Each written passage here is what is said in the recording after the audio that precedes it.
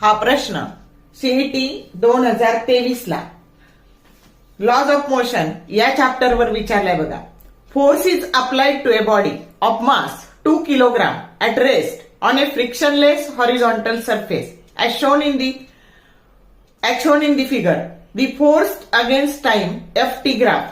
The speed of the body after 1 second is option A 7.5 meter per second, B 10.5 meter per second, C 12.5 meter per second and D 15 meter per second. तर आपल्याला काय दिलंय, तर एका बॉडीवर force apply केलाय जिचं मास 2 kilogram आहे. मास काय दिलंय 2 किलोग्राम आणि आपल्याला त्याचा स्पीड काढायचा आहे, व्ही काढायचा आहे. मग आता बघा हा फोर्स न्यूटन मध्ये आहे, टाइम सेकंड मध्ये आहे आणि मग आता याचा जो एरिया आहे, या तुमच्या दिलेल्या ग्राफचा एरिया हा काय येणार आहे, तर फोर्स इंटू टाइम येणार आहे. फोर्स इंटू टाइम म्हणजे product of force into time हे इम्पल्स असतं आणि मग इम्पल्स हे चेंज इन मोमेंटम बरोबर असतं, मास इंटू व्हेलॉसिटी. मग आता आधी आपण एरिया कॅल्क्युलेट करू.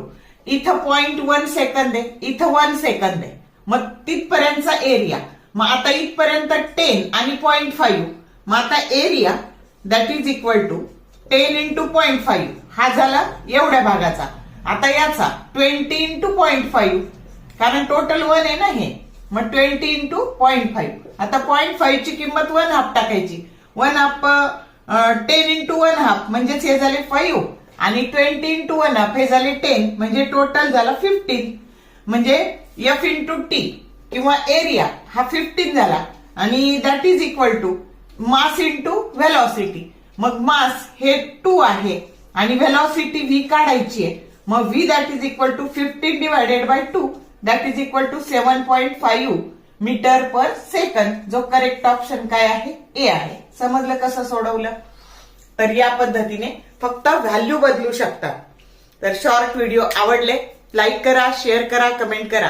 For more useful tips and tricks keep watching wings of physics. Thank you very much.